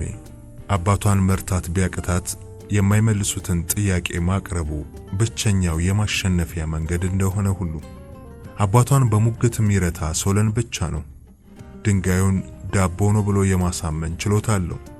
በዚህ መሃል የሶሎሜ እናት ስልክ ተደውሎላቸው በሉ እናንተ የሀገር ችግር ስትፈቱ እኔም ይችን ስልክ ልመልስ፣ ሰናይት ናት መጣው ብለው የእህታቸውን ስልክ ለመመለስ ፈንጠር ብለው ተቀመጡ። የተጀመረው ውይይት ቢስባቸውም የመሳተፍ ፍላጎታቸው ግን እምብዛም አልኮረኮረውም። የሺህ ዓመት ችግር በአንድ ቀን ውይይት አይቀረፍም ይላሉ አንዳንዴ ሙግቱ ሲጋጋም። አቶ ኦላና ደግሞ የ1000 ማይል ጉዞ በአንድ እርምጃ ይጀመራል ብለው ሲቀልዱ ሶለን ባጠገባቸው ካለ ቀበል አድርጎ ከ1000 ማይል የሙግት ጉዞ አንድ እርምጃ የተግባር እርምጃ ይሻላል በማለት ክርክሩን እንደገና እንዳዲስ ይከፍቷል። ከዚያም እሱና አባቱ አንገት ለአንገት ተናንቀው ሲሟገቱ እትዬ ሕይወት ናቸው የሆነ የሚጠጣ ነገር አምጥተው አፋቸውን በመጠጡ ከሸበቡ በኋላ አንዳቸውን የሆነ ነገር እንዲያደርጉ በማዘዝ የሚለያዩዋቸው። አቶ ኦላናም ብለው ጎሮሮአቸውን ጠረግ አርጉና እንግዲህ ከየት እንጀምር ለሚለው መቼም ካለንበት ነው፣ ወዴት እንሂድ ለሚለው ደግሞ ወደፊትና መድረስ ወደሚገባን ነው። ይህ ግልጽ ቢሆንም ሁሌም ቀላል አይደለም። ለምሳሌ ካለንበት ለመጀመር ያለንበትን ማወቅና መቀበል ኃላፊነትን መውሰድ ይጠይቃል። ይህም ከባዶ ኩራትና ያልሆነውን ነን ብሎ ከማሰብ መላቀቅን የግድ ይላል። በተጨማሪም አሁን ለሆነውና መሆን ላቃተን ነገር ያለፈውን ትውልድ ወይም አሁን የሚመሩንን ሰዎች ከመወንጀልና ራስን ከኃላፊነት ለማሸሽ ከሚደረግ ስውር ሽሽት ነፃ መሆን ያጠቃልላል። ታሪክን ለመመጻደቂያና ለመደበቂያ ሳይሆን እንደ አንድ የትምህርት መድረክ ለመጠቀም ጠንቅቆ ባውቅም ትልቅ ፋይዳ አለው። ወደፊት መሄድ ነው ስል ሁሌም የብዙሃኑ የጅምላ ጉዞ አንድም ባለህበት እርገጥ ነው ወይም እንደ ግመል ሽንት የዋልዮች ስለሆነ ነው። ይህም በባህል በሃይማኖትና በአኗኗር ልማድ ውስጥ ጎልቶ ይታያል በማለት አባቷ ነገሩን ለሶሎሜ ማስረዳታቸውን ቀጠሉ። በየትኛውም ስልጣኔ ውስጥ ፈርቀዳጅና ፋና ወጊ ተብለው ለውጥ ያመጡ ሰዎች መጀመሪያ ወንጀለኛ ከዚያም አሳሳሽ ተብለው መፈረጃቸው የተለመደ ነው። በእርግጥም እነዚህ ጥቂት ብርቅዬ ከዋክብት ከህብረተሰቡ በ30ና በ40 ዓመት ቀድመው ወደፊት ይሄዱ ስለሆነ ከሰው አይገጥሙም። ሰው አንድም ባለበት ስለሚረግጥ አንድም የኋልዮሽ እንሽርት ጨዋታ ላይ ስለሚባትል እነሱን ይፈራቸዋል፣ ስለዚህም ይጠላቸዋል። ምንም እንኳን እንደ እውነት ጸርና አሳች መሲህ ቢታዩም በሚቀጥለው ትውልድ ግን ሁሌም ብሩህ ከዋክብት ተብለው ይሞገሳሉ። የመታሰቢያ ሐውልትም ይሰራላችኋል አሉ አይናቸውን ከሰሎሜ ላይ ሳይነቅሉ። የሚቀጥለው ትውልድ ደግሞ በእነሱ ሐውልትና ትምህርት ዙሪያ ሲርመሰመስ ሳያስበው ወደ ኋላ ተንሸራቶ በራሱ ጨለማ ውስጥ ይገባና የራሱን ዘመን ፋና ወጊዎችና እውነት ገላጮች እያሳደደ እድሜውን ያቃጥላል። የኛም ሕዝብ ከዚህ የተለየ አይደለም። እኔ እንደሚመስለኝ ለኛም ሀገር አቅጣጫ ጠቋሚና ፈርቀዳጅ መሪዎች በዋናነት ያስፈልጋሉ። እነዚህ ባስተሳሰባቸው ብዙሃኑ ከእንቅልፍ ቀስቃሾች የስልጣኔን አድማስ አመላካቾች ከወጡልን ሀብት ብቻም አይደለም፣ ስልጣኔን በምድራችን እንደ ኃይለኛ ጅረት እንደገና የማይፈስበት ምክንያት የለም። ስለዚህ እህትን ጀምር። መቼን ጀምር? አሁን ማን ይጀምር?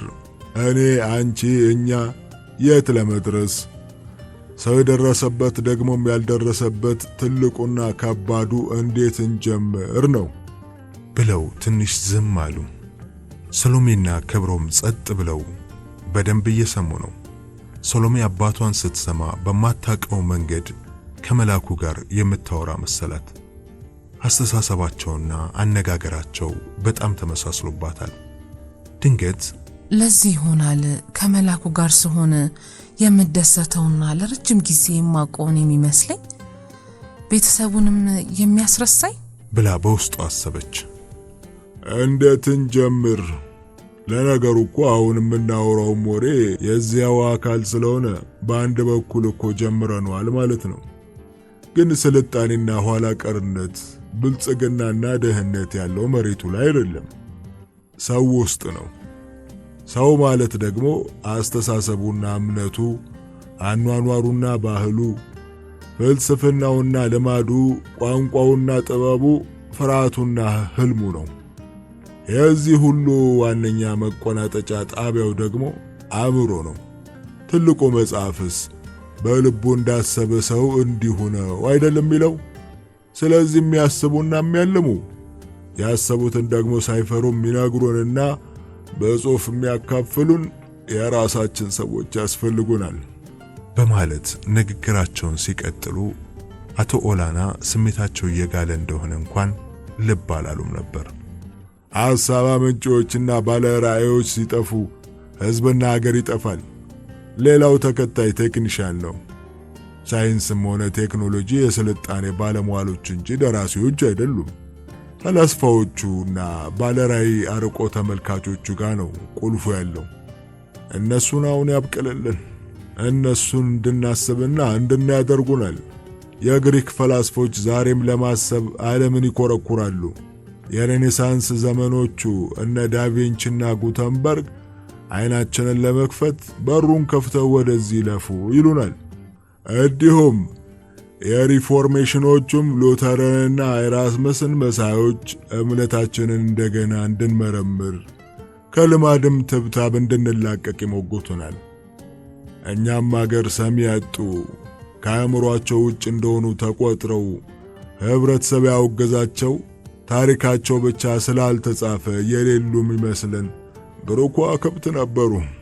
አሁንም እነሱን ያብዛልን አሉና አቶ ኦላና በረጅሙ ተንፍሰው ያነባበሩትን እግራቸውን አቀያየሩ።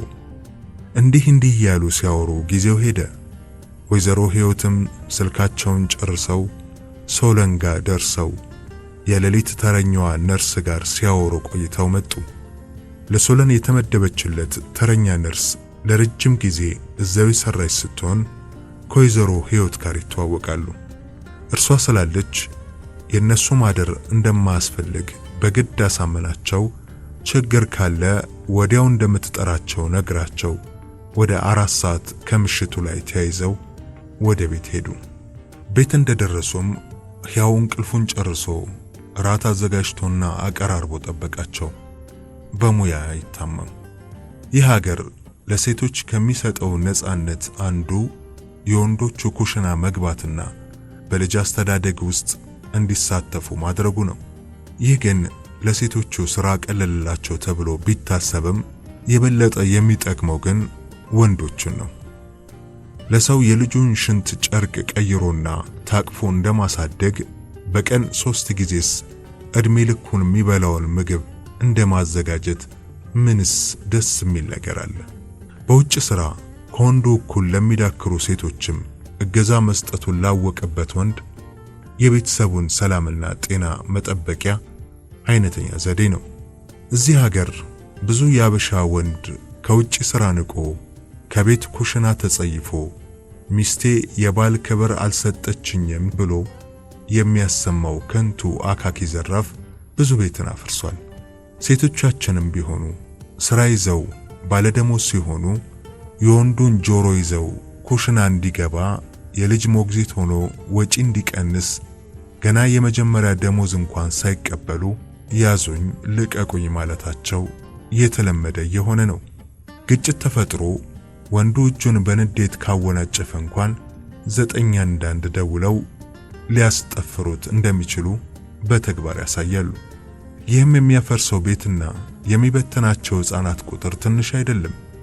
ይህ የሚበዛው ደግሞ እዚህ ሀገር ቤት አድገው ወይም አግብተው አሜሪካ በሚሄዱ ተጣማጆች ላይ ነው። እዚህ ቤት ውስጥ ግን እንደዚህ ያለ ነገር የለም። ፍቅር የበላይ ገዢ ነው።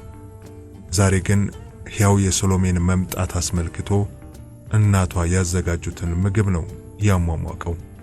ራት በላልተው ጸሎት አድርገው እንደጨረሱ ክብሮም ያው ተረኛ ስለሆነ ነገ እዚያው ሆስፒታል አያችኋለሁ፣ ሰልጌ እንደገና እንኳን ደህና መጣሽ ብሎ ተሰናብቶ ከሕያው ጋር ተከታትለው ወጡ። ሕያው ውጪ ድረስ ሸኝቶት እንደለመዱት ቆመው ትንሽ አውርተው ተሰነባበቱ። ሕያው ወደ ቤት ሲገባ ሰሎሜ በእናቷ ስልክ ወደ ኢትዮጵያ ለመደወል እየሞከረች ነበር። አቶ ኦላናም ቢጃማ ለመቀየር ወደ ላይኛው ክፍል ወጥቷል። ከባሻገር ቴሌቪዥኑ ለብቻው ወሬውን ይሰልቃል። ሕያው ደግሞ እንደለመደው እናቱን አቅፎ ትንሽ ካወሩ በኋላ የተበላባቸውን ዕቃዎቹን እያለቀለቁ በማጠቢያ ማሽን ውስጥ መጨመር ይዟል። ከዚያም የተራረፉትን ምግቦች እያሳሰሩ ፍሪጅ ውስጥ አስገብተው ምድጃዎቹንና አካባቢውን አጸዱ። ሰሎሜ መጀመሪያ ደውላ በሰላም መግባቷን ለአክስቷ ነገረች። አክስቷም ሁሉም ሰላም እንደሆኑና አያቷም ለጊዜው እነ ብርቄን ለማገዝ እሷ ቤት እንደሆኑ ነገረቻት። ቀጥላ ብርቄን አገኘቻት። አያቷንም አወራቻቸው። ሶስና ግን ትምህርት ቤት ስለሄደች አላገኘቻትም። አያቷም እያለቀሱ ስላስቸገሩ ወይዘሮ ሕይወትና አቶ ኦላናም ረዘም ያለ ጊዜ ወስደው እንዲያወሯቸው አደረገች። መላኩ ጋር ደጋግማ ብትሞክርም ስልኩ ጠመመ። የደወሉላቸው ደንበኛ ከአገልግሎት መስጫ ክልል ውጭ ስለሆኑ ቆየት ብለው ይደውሉ ትላለች ያቺ መከረኛ ሴትዮ። ከብዙ ሙከራ በኋላ ስልኩ ጠርቶ መላኩም አነሳ። ስብሰባ ላይ ቢሆንም ተነስቶ ትንሽ አወሩ። ወደ ስብሰባው መመለስ ስለነበረበት ኋላ ላይ ሊደዋወሉ ተስማምተው ስልኩን ዘጉት። ከዚያም ወደ ሳሎን ሄዳ ከቤተሰቦቿ ጋር ትንሽ ከተጫወቱ በኋላ ለመተኛት መሰነዳዳት ጀመሩ። እንደ ልጅነቷ እናቷና አባቷ መሃል ገብታ መተኛት ደስ ነው የሚላት። እንቅልፏ እየጠፋ ስለሄደ በወሬ ሞግታ ያዘቻቸው። ስለ ሶሎን ያወሩት ወሬ ምንም አዲስ ነገር አላስገኘም። አደጋው አሁንም እንቆቅልሽ በመሆኑ ሰሎሜ ነገ የራሷን ምርመራ ለማድረግ አስባለች። ከየት መጀመር እንዳለባት ግን አታውቅም። ሰሞኑን ሁሉ ከፍተኛ ድካም ያደረባቸው አባቷ እያወሩ እንቅልፍ ይዟቸው ጥርግ አለ። ከእናቷ ጋር ትንሽ ከተጫወቱ በኋላ ማሚዬ ተኝ በቃ አንቺም በጣም ነው ደከመሽ ብላ እንዲተኙ አበረታታቻቸው። እኔ እንደሁ እንቅልፍ የት እንደገባም አላውቅም። ያው ጂት ላጉ ነው መሰል። እዚያ አሁን ገና ከጧቱ 4 ሰዓት አይደል? ጭንቅላቴ ውስጥ ያለው ሰዓት እኮ አሁንም በዚያ ነው የሚቆጥረው። እስኪ ትንሽ ሳሎን ሄጂ ወይ ቲቪ ያለው ወይ ኢትዮጵያ ደውላለሁ። በመሃል ያው ድካም ሳያሸንፈኝ አይቀርም። ከዚያም እተኛለሁ ብላ ሹልክ ብላ ስትዘጋጅ እናቷ አይ ቲቪ ስልክ ምናምን ካልሽ የባሰ ነው እንቅልፍ የሚያጠፋው። ወይ ለብ ያለ ወተት 1 ብርጭቆ ጠጭና መብራቱን አጠፋፍተን ብትሞክር ይሻላል ለመተኛት።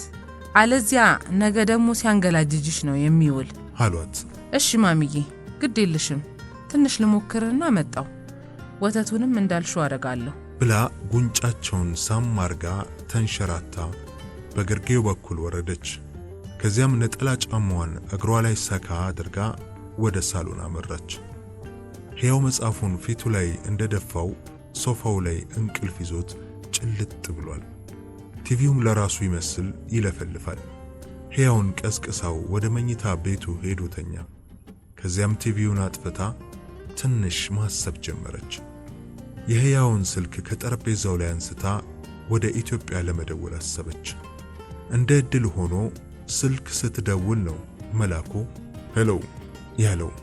ስብሰባውን ጨርሶ ለብቻው ቢሮ ስለነበረ ስለ ጉዞዋ ዝርዝር ሪፖርት አቀረበችለት።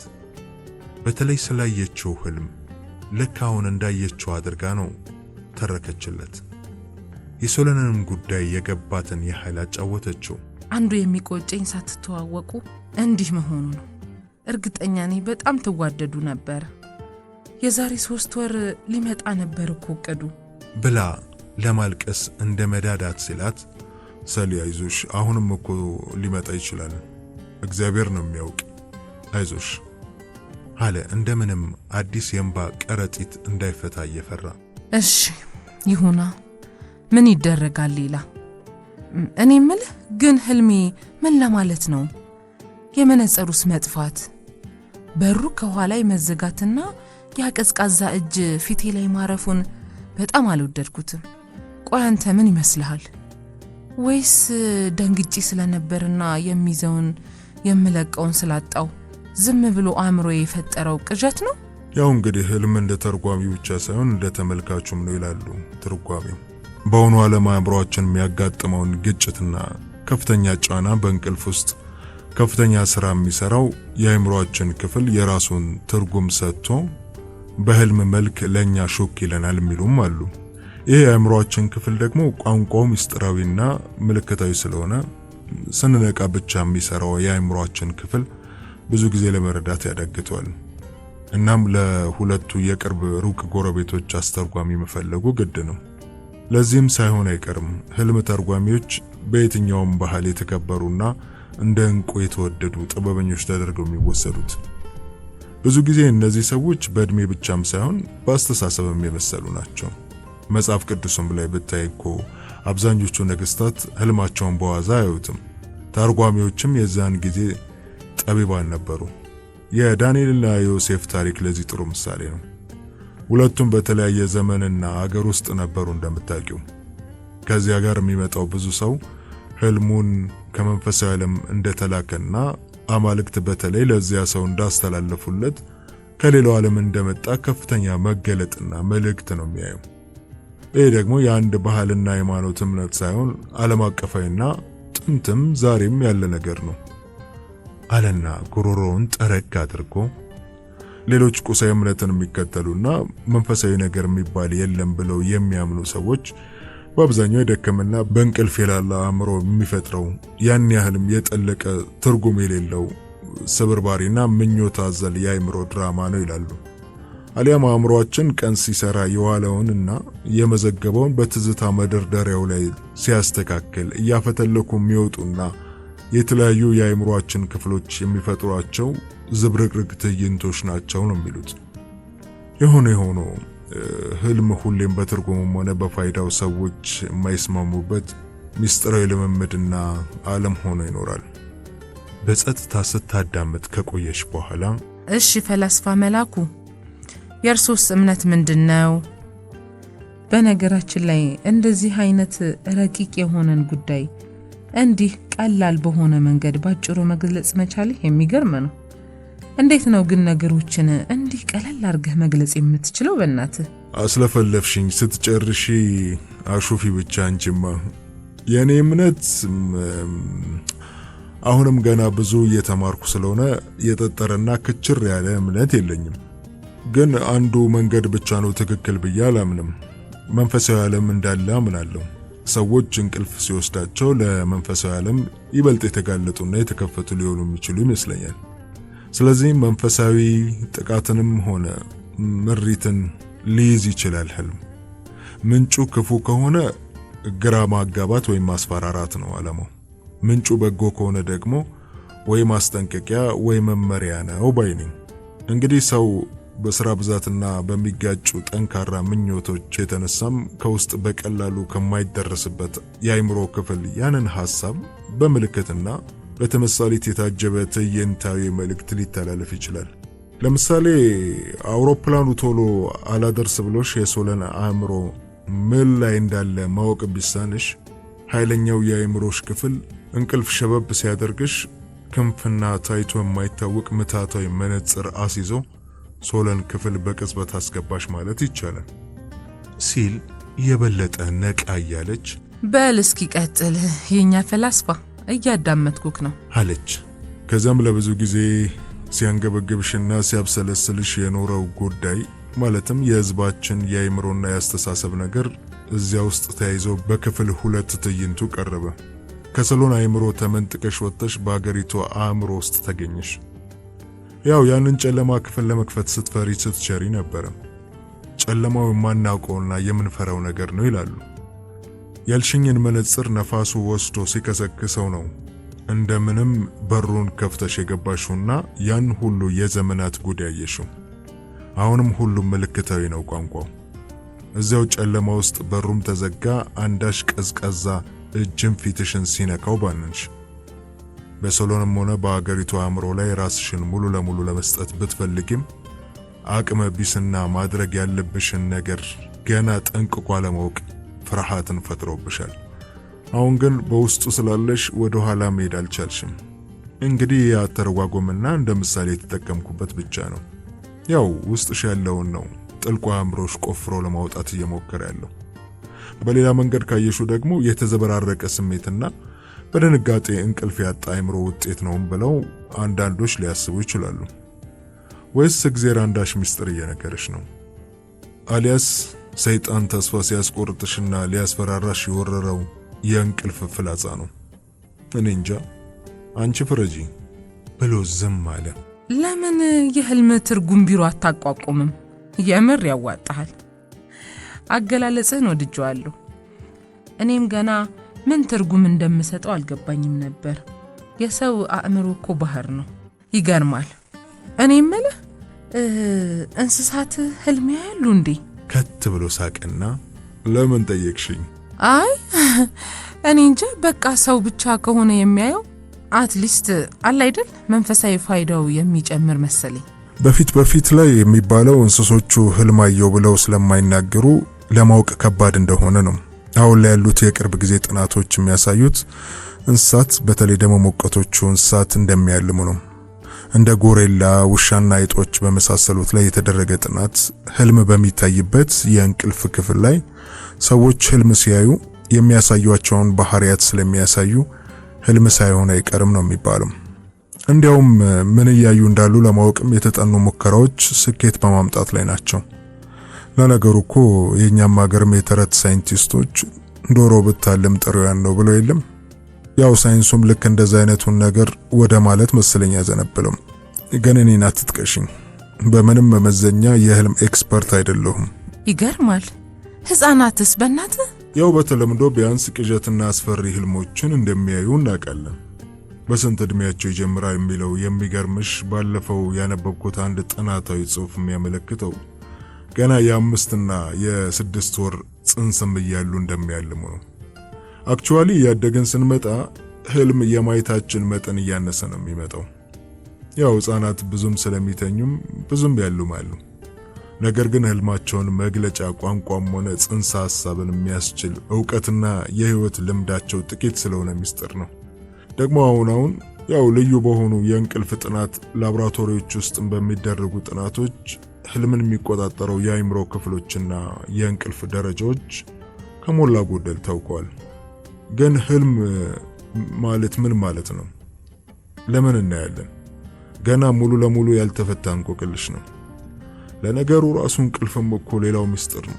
የእድሜያችንን 1/3 የምንሰጥለት አንዱ የእንቅልፍ ተግባር ስናደርግና ስንለማመድ የዋለውን የህይወት አጋጣሚዎች ወደ ቋሚ የትዝታ ማህደራችን የምንሰድርበት መንገድ ነው የሚል ነው። ሌላው ደግሞ እንቅልፍ የእረፍት ሰዓት ቢሆንም ስንተኛ የሚነቃው አእምሮአችን ክፍል ስራውን ይቀጥላል። በተለይ ስንተኛ በህልማችን ውስጥ በቀን እውን ለከበዱን ነገሮች መልስ የምናገኘውም የአእምሮአችን ክፍል ስራውን ሰርቶ በራሱ ቋንቋ መልሱን ስለሚሰጠን ነው። እንደዛ ይላሉ። ኧረ አንቺ ልጅ መተኛት የለብሽም እንዴ? ስናወራ እንዳይነጋብሽ። አይ ንቅት እንዳልኩ ነው ባክህ። ደግሞ ደስ ይላል። እሺ ሌላስ? ሌላ ምን? አትሟዘዝ በእናትህ። ስለ እንቅልፍ ስለ ህልም አውራኝ።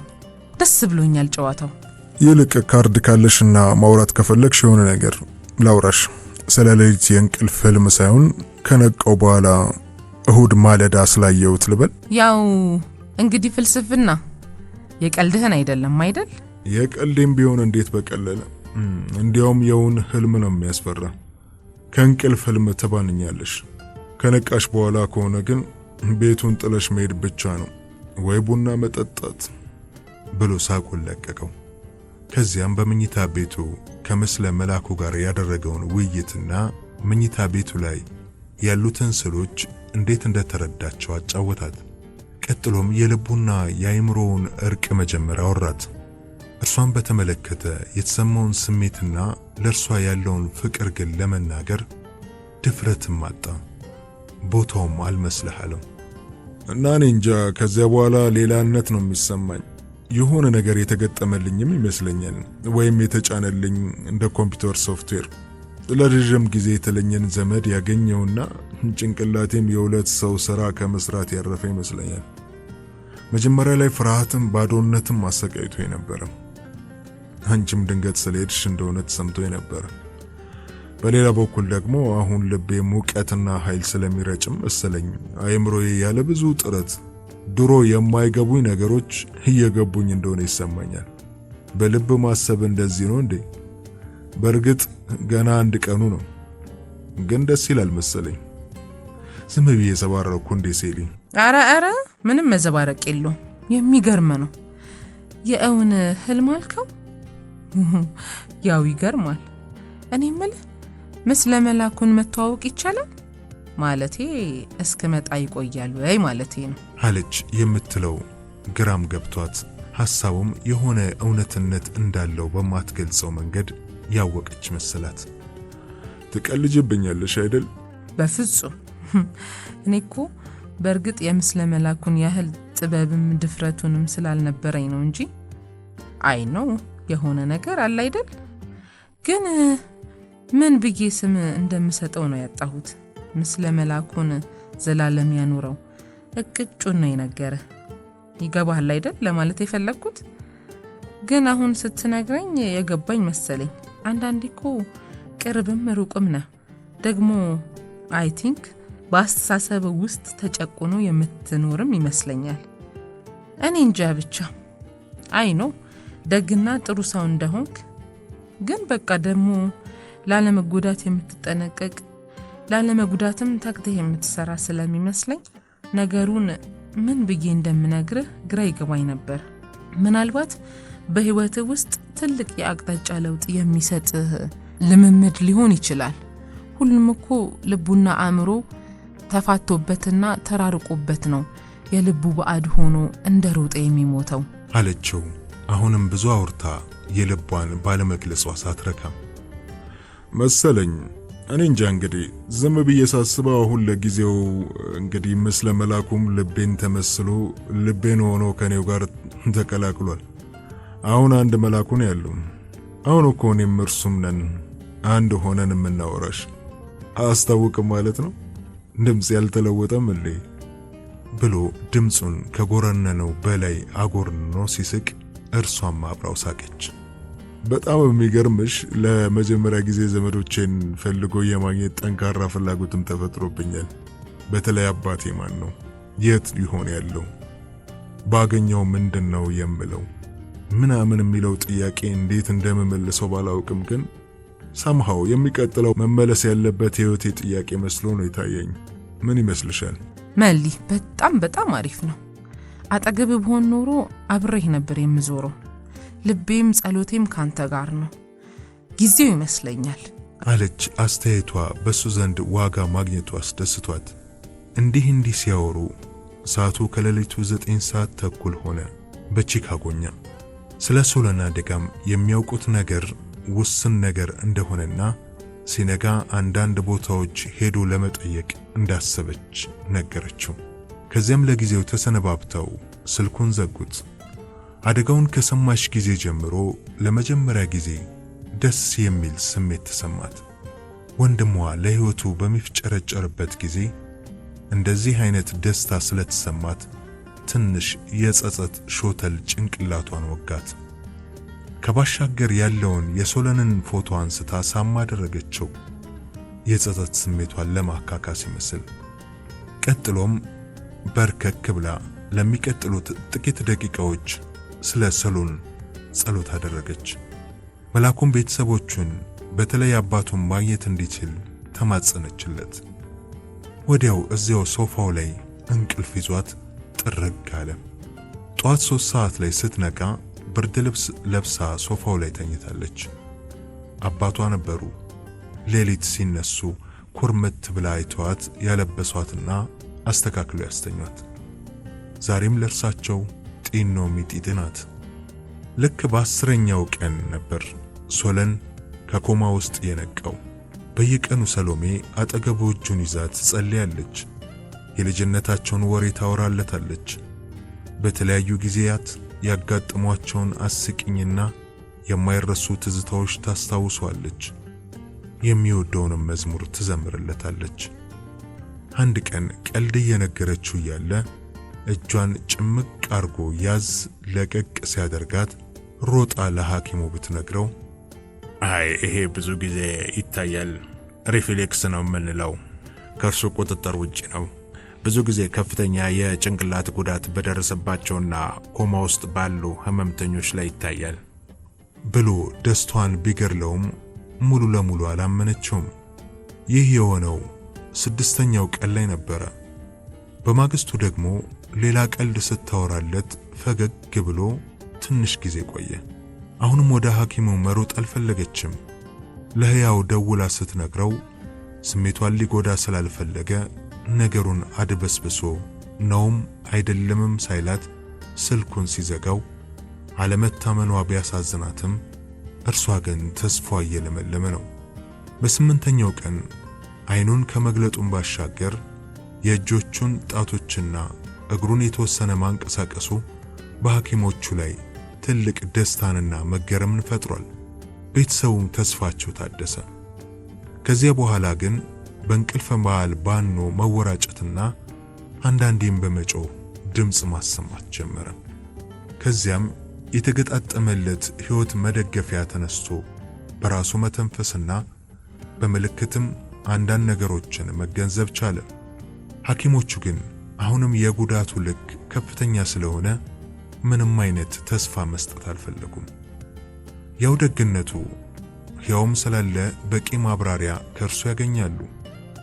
ትንሽም ቢሆን ፈገግ ማለት ጀምሯል። በየመሃሉም ሶፊ እያለ ይጣራል። ለማንም የማይገባ ነገር አልፎ አልፎ ይቀባዥራል። አንዳች ነገር እንደሚያባረረው ፊቱ ላይ ድንጋጤ ይታያል። ሰሎሜ ነገሩን ለማጣራት ሶፊ ማናት ብላ ስትጠይቀው ግራ እንደገባው ሰው ትኩር ብሎ ያያትና እንባ ካይኑ ይፈሳል። ትንሽ ቆይቶ ደግሞ ሸለብ ያደርገዋል።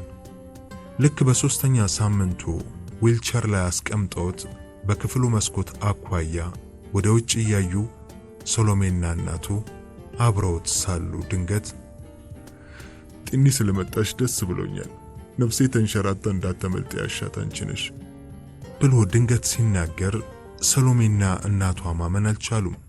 ከዚያ አከታትለው ሊያዋሩት ቢሞክሩም ምንም አላወራም። ፈገግ ብቻ ብሎ የሚሉትን እንደሰማ ያህል ራሱን ነበር ያንቀሳቀሰው። ሐኪሞቹ አሁንም ሲነግሯቸው ብዙም የተመሰጡ ወይም የተገረሙ ሆኖ አልታዩም። ሶለንን መልሶ የማቋቋሙ ሥራ ወራትን እንደሚወስድና ይህም ተደርጎ እንኳን በቀድሞ ደረጃ ላይ ሙሉ ለሙሉ ላይደርስ እንደሚችል ነው ደጋግመው የነገሯቸው። ሐኪሞቹ ተስፋ ማስቆረጥ የሚወዱ ይመስላሉ።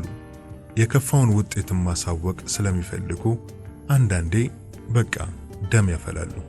በተለይ ለአበሻ የሆኑ አበሻ ተስፋ ይወዳል። የአብዛኛው ኑሮስ በተስፋ ላይ የተመሰረተ አይደል? ተስፋው ሲወሰድበት ነፍሱ ልትወጣ ነው የምትደርሰው። ሰው ሞቶ ተገንዞ መቃብሩ እንኳን እየተቆፈረ እግዚአብሔር ያውቃል፣ አይዟችሁ፣ ማን ያውቃል ነፍስ ይዘራ ይሆናል መባልን ይወዳል። ለነገሩ እነሱም ያበዙታል መሰል። የአገሬውም ሰዎች የሚማረሩበት ጉዳይ ነው። አንድም ክስ ስለሚፈሩ ተስፋ ለሰው አይሰጡም ይባላል የዚያ ሀገር ሐኪሞች።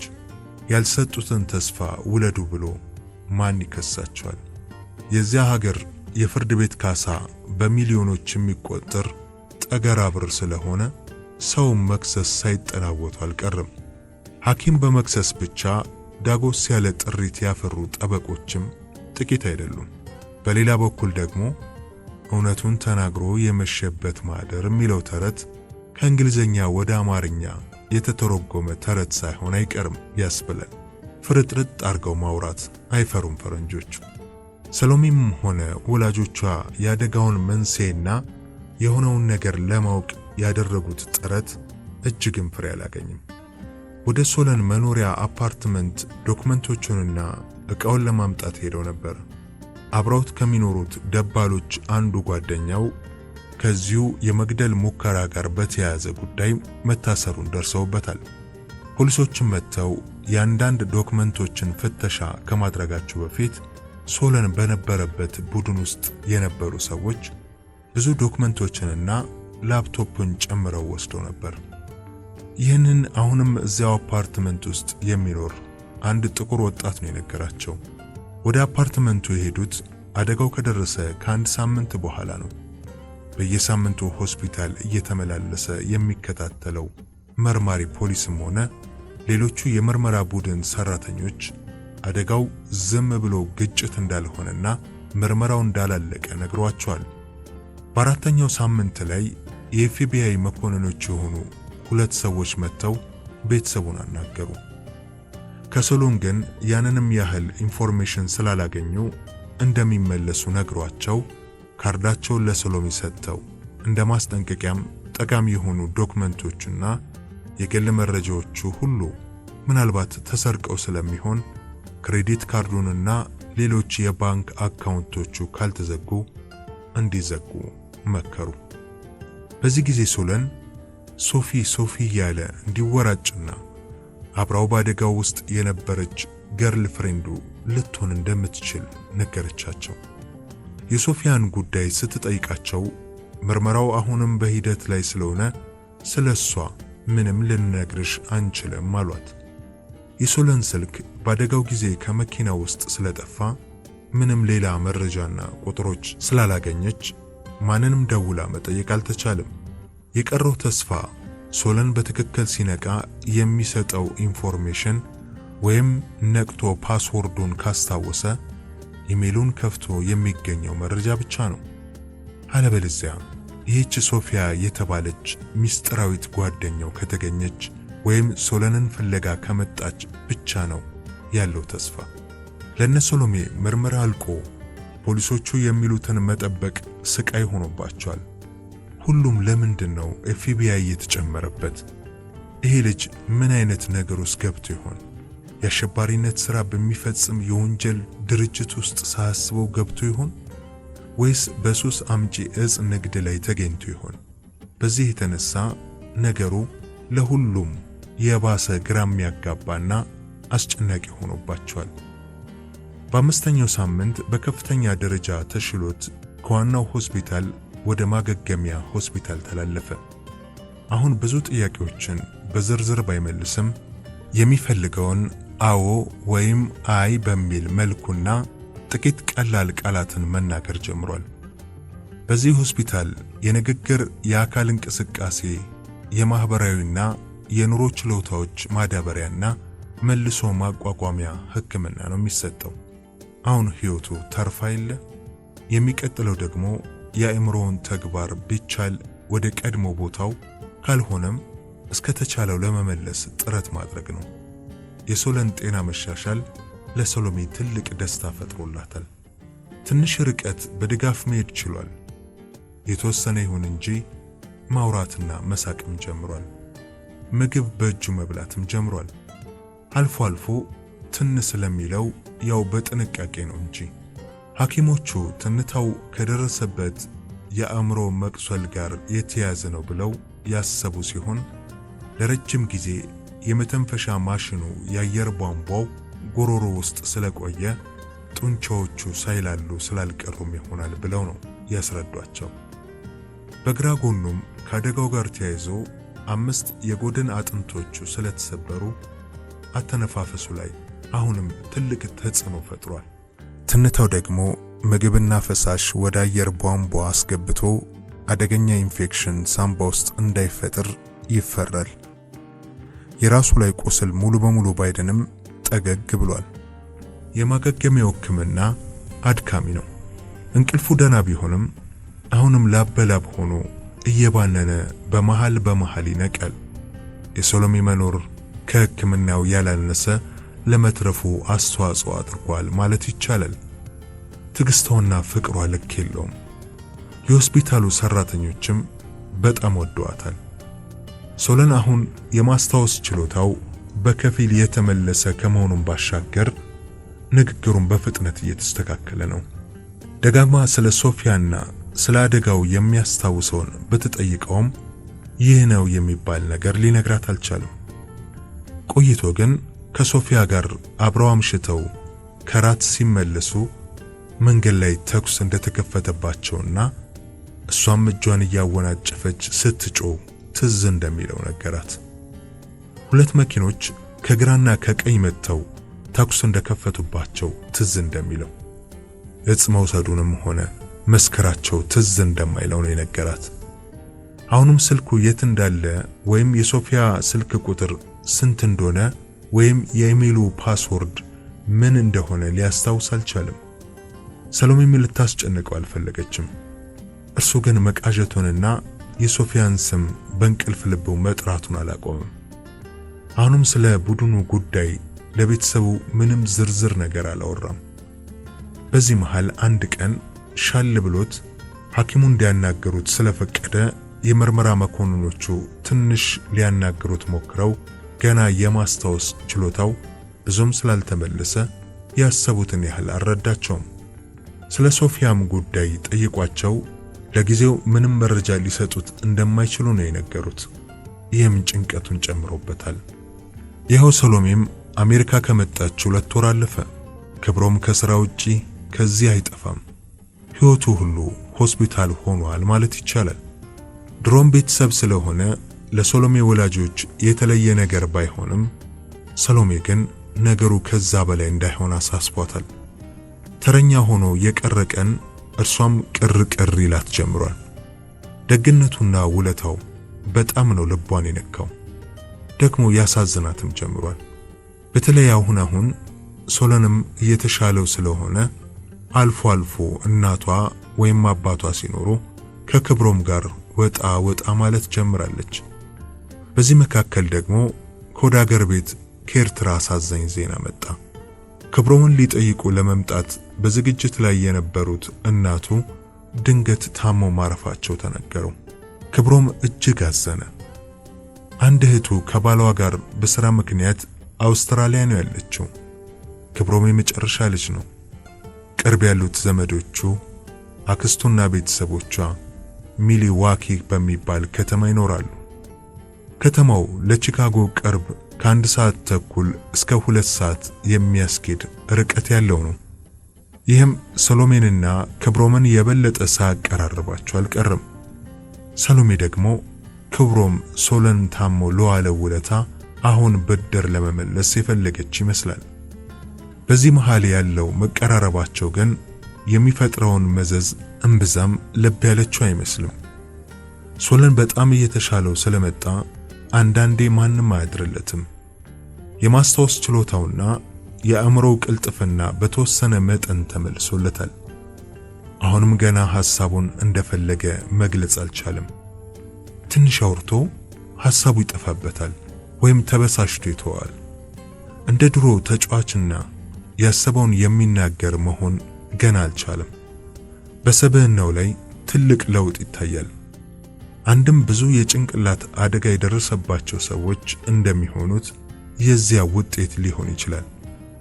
አሊያም የደረሰበት አደጋና ምክንያቱ የታወቀው ሲመጣ የገባበት የድባቴ ስሜት ሳይሆን አይቀርም። አሁን ትንሽ ትንሽ ማንበብ ከአባቱም ጋር ማውራት ደስ ይለው ጀምሯል። እርሱና አባቱ በመልክ ብቻ ሳይሆን በባህሪም ይመሳሰላሉ። ቀኑ የክብሮም የልደት ቀን ስለነበረ ሰሎሜ እርሱን ለማስገረምና ለማስደሰት ብላ የተለየ ራት ልትጋብዘው ቀጠሮ ይዘዋል። ጆን ሃንካክ በሚባለው ረጅም ህንፃ ላይ ባለው ሬስቶራንት ነው ልትጋብዘው ያሰበችው። ከተማይቱንና ባሻገሩን ሁሉ የሚያሳይ 360 ዲግሪ እይታ ያለው ቦታ በመሆኑ ክብሮም ይህንን ቦታ በጣም እንደሚወደው ታውቃለች። ሬስቶራንቱ የሚገኘው 95ኛው ፎቅ ላይ ሲሆን ከእርሱ በላይ ባለው ፎቅ ላይ ደግሞ ቀለል ያለ ባር ላውንጅ አለ። ቀኑ ፍንተው ያለ ስለሆነ ዙሪያ ገባው በግልጽ ይታያል። ከተማውና ሐይቁ የሰሩት የውበት ስብጥር ቃል አይገልጸውም። አረንጓዴው ልምላሜ፣ ሰማያዊው ሐይቅና የተለያየ ህብረ ቀለማትና መጠን ባላቸው ህንፃዎች የተዋበው የከተማውን ብርት ከላይ ሲያዩት እቀፉኝ እቀፉኝ ይላል። ስጦታ ሽቱን የገዛችለት የሚወደውን ሁጎ ቦስ እርሷም እርሱም ዘንጧል። ያንተ ቀን ስለሆነ አትነዳም ብለው እርሷ ናት ከቤቱ በአባቷ መኪና ይዘው ወደ ቦታው የሄዱት። ክብሮም በመጠኑም ቢሆን ቀስ በቀስ ከናቱ ሐዘን መጽናናት ጀምሯል። ቦታው ሲደርሱ የልደት ስጦታው የጆን ሃንካኩ ግብዣ ነፍሱን ነው ያመነሸነሸው። በእርግጥ ጥሩ ምርጫ ነበር። ክብሮም እንደ ልጅ ነው ያረገው። ገና እኮ ሽቶ አልተሰጠው። ትንሽ ዞር ዞር እያሉ በመስታወት በታጠረው ፎቅ ውስጥ ቺካጎን ከነባሻገሯ ከቃኙ በኋላ በምዕራብ አቅጣጫ ሲደርሱ ልትገባ ያለችው ፀሐይ ቀልባቸውን ይዛ ቆመቻቸው። ይህ መታደል ነው፣ ሁሌም የማያጋጥም እድል ነውና። ሳስበው ክብሮምም እጁን ሰሎሜ ትከሻ ላይ ጣል አደረገ። እርሷም ምንም አላለችውም። ጠጋ ብላው ቆመች። የፀሐይዋን መጥለቅ አይተው ጥቂት ፎቶ ተነስተው ደውላ ወደ አስያዘችው መቀመጫቸው አመሩ። ወንበሯን ስቦ በማስተካከል እርሷን ካስቀመጠ በኋላ ራሱም ተቀመጠ። በመስኮት አጠገብ ስለነበር የተቀመጡት አሁንም እይታው የሚጠገብ አልነበረም። የሚጠጡትን አዘው የምግቡን ሜኑን ማየት ጀመሩ። ምግቡ እስኪመጣ ያመጣችለትን ስጦታ አውጥታ እየሰጠችው መልካም ልደትን በእንግሊዘኛ ዘመረችለት ቀስ ብላ። ክብሮም ከፍቶ ሲያየው ደስ አለው። ከሰሎሜ ሽቶ እጆቿን ወደሱ ወስዶ ምጥጥ አድርጎ ሳማቸው። ሳታስበው ፊቷ ቀላ፣ እንደማፈርም አደረጋት። አይኗን እያየ እንባባ ቀረሩ አይኖቹ። ሰሊና፣ እኔ ምንም ቃል የለኝም። በጣም ነው የማመሰግነው። አንቺ ባትኖሪ ኖሮ የእናቴን ሐዘን እንዴት አልፎ ነበረ። ደግሞ ደግነትሽና ይህንንም ልደቴን እንዲያስበሽ ስላከበርሽልኝ በቃ have no words ብሎ አሁንም እጇን ማሻሸት ቀጠለ። አረ ምንም አይደል፣ አንተ እኮ በጣም ጥሩ ሰው ነህ። ከዚህም በላይ ይገባሃል። የማትለዋወጥ ጥሩ ሰው ነህ አለችው፣ እጁን እርሷን በተሯ ጭምቅ እያደረገች። በዚህ መሃል አስተናጋጁ ምግባቸውን ይዞ ስለመጣ አትኩሮታቸውን ቀየሩ። የመጀመሪያውን አቆረሳት። ግሪልድ የሆነ ዓሳ ነበር ያዘዘው፣ እሷ ደግሞ ዶሮ። ትንሽ እንደበሉ ዛሬ እንደምወዳትና አሁንም የፍቅሯ ምርኮኛ እንደሆንኩ ልንገራት ወይስ ዝም ብሎ እየሄደ ባለበት በራሱ ፍጥነት ይፈንዳ እያለ በማመንታት በሐሳብ ጭልጥ ብሎ ሲሄድ ያዘችው። አረ ክብርሽ፣ በሐሳብ ተንሸራተህ ከፎቅ እንዳትከሰከስ። አሁን ሌላ ሰው ደግሞ ማስታመምም አልፈልግም አለችው እየቀለደች። ምንም አይደል፣ ይገርማል እኮ አለ ራሱን ለመመለስ እየታገለ። ምኑ አለችው። አሁንም ደግሞ ፊቱ ላይ ማፈር ይታይበታል። ያሰበውን ያወቀችበት ስለመሰለው ሳይሆን አይቀርም። ቦርሳዋ ውስጥ ያለው ስልክ ሲጮህ ለማንሳት ዞር ስትል መልስ ከመስጠቱም ተገላገለ። የሚለውን ለማሰብ ፋታ ያገኘ መሰለው። ስልኩን አውጥታ ስታየው ሕያው ነው። ሃሎ ሕያውዬ ሰላም ነው ስትለው ድምፁ ተለዋወጠባት። ባክሽ ትንሽ ችግር አለ። ምንድነው? ቤቢዬ ደህና ነው? ምንድነው? እያለች ተተረማመሰች። ቤቢን ራት ሲበላ ብሎት በቃ አይደል አየርም አጥሮት አሁን ወደ ዋናው ሆስፒታል በአምቡላንስ ወስደውታል። እኔም ወደዚያው እየሄድኩ ነው። ማሚም አብራው ናት። ከቻልሽ እዛው እንገናኝ። ረጋ በይ። ደግሞ የት ነሽ? ወይኔ እሺ መጣው። እዚህ ከተማ ከክብሮም ጋር ነኝ። አልነገርኩህም? አሁን ረሳሁት። ድንጋጤውም ነው መሰለኝ። በቃ ክብርሽን ላናግረው። አሁንም የምታደርገውን አታ እንደተለመደው እንባዋ ቀደማት። ስልኩን ለክብሮም ሰጠችው።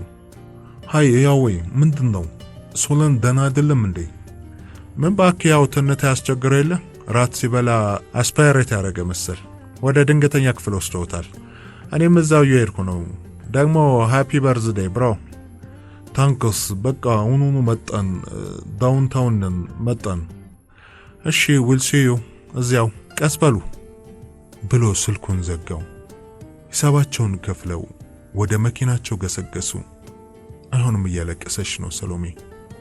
ክብሮም እያባበላትና የሚለውን አጥቶ ሰሊና he will be okay የሚለውን ማጽናኛ ቃል እየደጋገመ ትከሻዋን እያባበሰና መታ እያደረገ መኪናቸው ጋር ደረሱ። ከሆስፒታሉ ብዙም ስለማይርቅ ከህያው ቀድሞ ደረሱ። ሶለን ገና ተነፋፈሱ ጥሩ ስላልነበርና ወደ አየር ቧንቧው የገባው ምግብ የፈጠረው የመተንፈስ መታወክ ለህይወቱ አስጊ ጉዳይ ሆኖ ስለተገኘ እንደገና ወደ አይሲዩ ገብቶ የመተንፈሻ ማሽን ተደርጎለት ተኝቷል። ለአጭር ጊዜ መተንፈስና የልቡን ምት ቆሞ ነበር። አሁን ሙሉ ለሙሉ ራሱን አልሳተም። ሰሎሜ ደግሞ የጥፋተኝነት ስሜት እያሰቃያት ነው። ራስ ወዳዱና ሶለንን ጥላው ሄዳ ከክብሮም ጋር ሲዝናኑ ይህ ስለደረሰበት የሷ ጥፋት አድርጋ አሰበችው። የሰራችውን ሁሉ ያፈረሰችው መሰላት። የህልሟ ፍጻሜና የሶለን ፍጻሜ አንድ እንዳይሆን ፈራች። የሶለንን ህይወት የማዳን ተስፋ በሩ ከኋላዋ የተዘጋባት መሰላት። በዚህ ጊዜ ክብሮም ከኋላዋ መጥቶ ለማጽናናት እጁን ትከሻዋ ላይ ሲያደርግ በቅርብ ታጥቦት የነበረው የእጁ ቅዝቃዜ አንገቷን ሲነካው ደንብራ ዘለለች። ከህልሟ ጋር ተገጣጥሞባት እሱም ፈጽሞ ያላሰበው ነገር ስለነበረ ደንገጥ ብሎ እጁን ሰበሰበ። ይቅርታ ሐሳብ ውስጥ ገብቼ ደነገጥኩ ብላ ለማስተባበል ሞከረች። እሱም የሚያደርገውን አጥቶ እጁን ወደ ኪሱ ከተተ። ለጊዜው ማንም ምንም ማድረግ አልቻለም። ደስ የማይል እርግጠኝነት ያጣ የዝምታ ድባብ የሁሉንም ከንፈር ሸብቦ ያዘ።